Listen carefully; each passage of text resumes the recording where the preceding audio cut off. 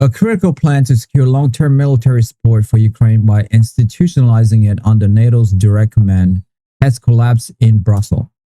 The ambitious proposal, championed by NATO Secretary General Jens Stoltenberg and a coalition of hawkish member states, was decisively rejected by a powerful bloc of European Union nations led by France. The failure to reach a consensus exposed deep and growing fissures within the Western alliance about the future strategy for the war in Ukraine and the fundamental role of NATO itself. The rejection, coming on the heels of Germany's massive unilateral financial commitment to Kyiv and America's refusal to supply long-range weapons, signals a major realignment in how European security is managed.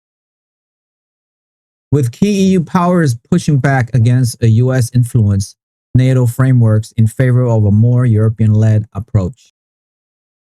The contentious meeting of NATO foreign ministers was held at the alliance headquarters in Brussels and was intended to be a landmark event. The central proposal on the table was the creation of a dedicated multi-year fund for Ukraine, reportedly valued at 100 billion euros over 5 years. Crucially, the plan called for NATO to take over the coordinations of all military aid and training for the Ukrainian armed force. This would have meant formally absorbing the responsibilities of the Ukraine Defense Contact Group, the ad hoc coalition of over 50 countries known as the Ramstein format, which has been led by the United States since the early days of the full-scale invasion. The goal, as articulated by Stoltenberg and its supporter, was to create a more predictable, equitable, and durable structure for supporting Ukraine, making the flow of aid less vulnerable to the shifting political winds in any single member capital, a clear reference to the new policy direction in Washington under President Donald Trump. This initiative was widely seen as an attempt to Trump-proof the military assistance for Kyiv, ensuring its continuity regardless of American political developments. The opposition to the plan was swift, determined, and came primarily from founding members of the European Union, who viewed the proposal as a dangerous overreach by the military alliance. France was the most vocal and powerful opponent. The French foreign minister, speaking on behalf of his government, argued that the plan would needlessly blur the lines between NATO's role as a defensive alliance and direct involvement in the conflict. He stated that formally placing aid coordination under a NATO flag would provide Moscow with a powerful propaganda victory, allowing the Kremlin to legitimately frame the conflict as a proxy war between Russia and the entire NATO alliance. This, the French argued, would dramatically increase the risk of a direct military confrontation, scenario that Europe must avoid at all costs. The French position was that while robust support for Ukraine is essential, it should not be channeled in a way that makes NATO a co-belligerent. Beyond the immediate fear of escalation, France's rejection was rooted in its long-standing strategic doctrine of European strategic autonomy. For years, Paris has championed the idea that Europe must develop the capacity to manage its own security and act independently on the world stage without being solely reliant on the United States. French officials argue that ceding control of Ukraine aid coordination to NATO, an organization where Washington holds unparalleled influence, would be a step backward for European sovereignty. They contended that it is the European Union, not NATO, that should be the primary vehicle for organizing long-term support for a future EU member state like Ukraine. The French delegation proposed instead that the EU should expand its own mechanism, such as the European Peace Facility, to create a parallel structure that would complement, not be subservient to NATO's defensive posture. The German plan to underwrite Ukraine's economy was cited as a prime example of how Europe could and should take the lead. Germany, having just positioned itself as Ukraine's economic savior, found itself in a complex and pivotal role. While Berlin is a staunch supporter of NATO's defensive mission, its officials expressed grave reservation about the new plan. The German government, having committed tens of billions of its own taxpayer euros was reluctant to hand over the coordination of military support, which is intrinsically linked to its financial and reconstruction aid, to a NATO structure. German diplomats quietly argued that such a move could lead to a duplication of efforts and a lack of coherence between the massive economic package they now lead and a separate NATO-run military track.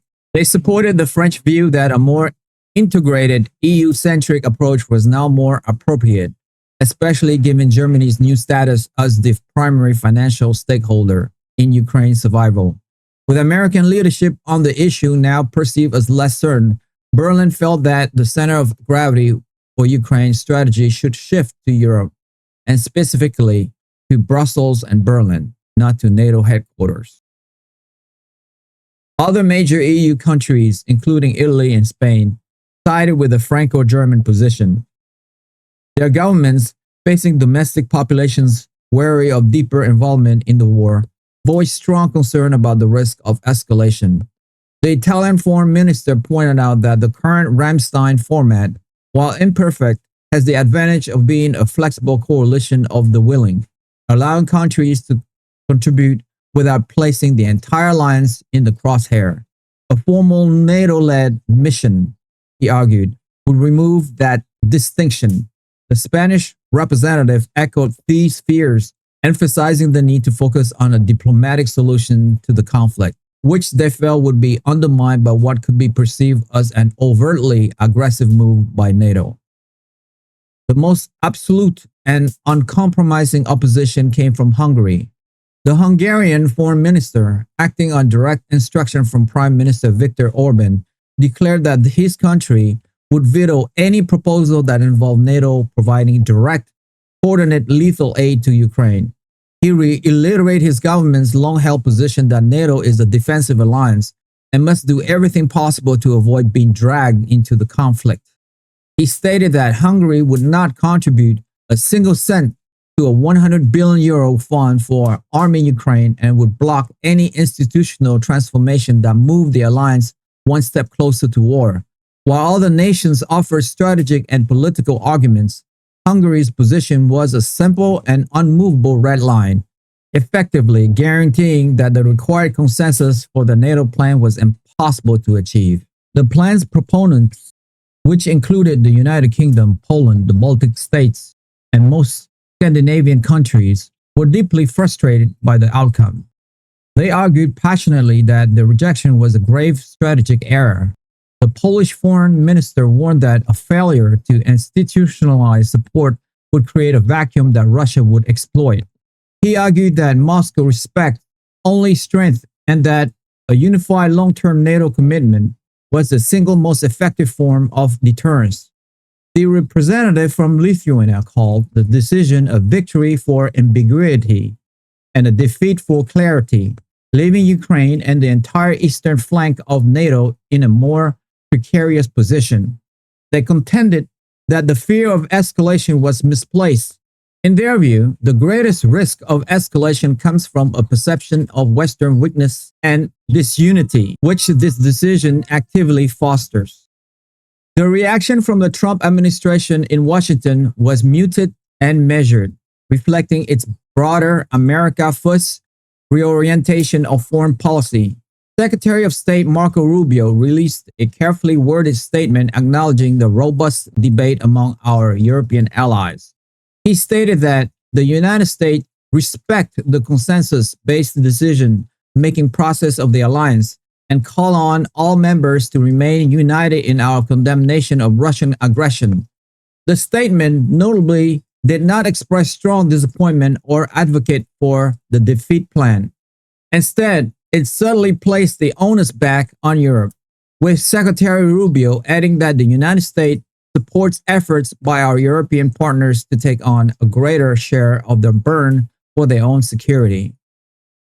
Behind the scene, the administration's response was seen as consistent with its recent policy shift. Secretary of Defense Peter Hegseth, when questioned by reporters, simply stated that the US-led Ramstein format would continue for the time being and that American support for Ukraine's defense would proceed according to the policies set by the president. Director of National Intelligence Tulsi Gabbard was reportedly pleased with the outcome, as her office had assessed the NATO plan as carrying a significant and unnecessary risk of triggering a direct conflict with Russia. The overall message projected by the Trump administration was one of strategic patience mixed with a degree of detachment, conveying that if Europe could not agree on how to defend its own continent, it should not expect the United States to dictate the solution or bear the primary risk. The collapse of the NATO plan leaves Western strategy for Ukraine in a state of disarray. The failure has killed the most concrete proposal for ensuring the long-term stable flow of military aid to Kyiv. Aid will now continue to flow through the existing, less formal Ramstein structure, a format whose leadership is now in the hands of a U.S. administration that has publicly limited the scope of its support and is openly skeptical of long-term commitments. This creates significant uncertainty for Ukrainian military planners, who can no longer count on a predictable, institutionalized pipeline of weapons and ammunition.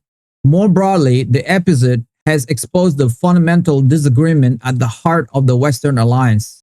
It is a clash of two competing visions, one championed by Eastern Europe and the UK, which sees a strong, proactive, US-influenced NATO as the only credible counterweight to Russia, and another led by France and increasingly backed by Germany, which seeks to build a more independent European defense identity centered on the EU. This divide, which had been peppered over in the initial unified response to the invasion, is now out in the open. For Ukraine, the immediate future looks more uncertain. While Germany's financial backing provides a critical economic lifeline, the lack of a coherent and unified military support strategy from its Western partners as a whole presents a new and formidable challenge in its ongoing fight for national survival. Many of my listeners, like 70%, haven't subscribed to my YouTube channel, and so many of you don't even know that you haven't subscribed, and that is actually what makes the show going. It's almost like you're making a donation to the show. So that's why I ask again and again, because it enables us to grow and grow and grow. And we're going for the long haul here. And listen, if this is your first time listening to Sokhain Rich, you don't have to subscribe. You guys, your first one's on me. But if you have watched this show before, it's like you are a freeloader now. So all I would ask you is, if you have seen this show before and you like it, help me, help my team here. Hit that subscribe and like button now. And we will continue to build this show for you. That I swear. Thank you to all of you guys who have subscribed. It means a lot to me. Thank you so much. That's all for me for today. I will see you soon. Bye for now.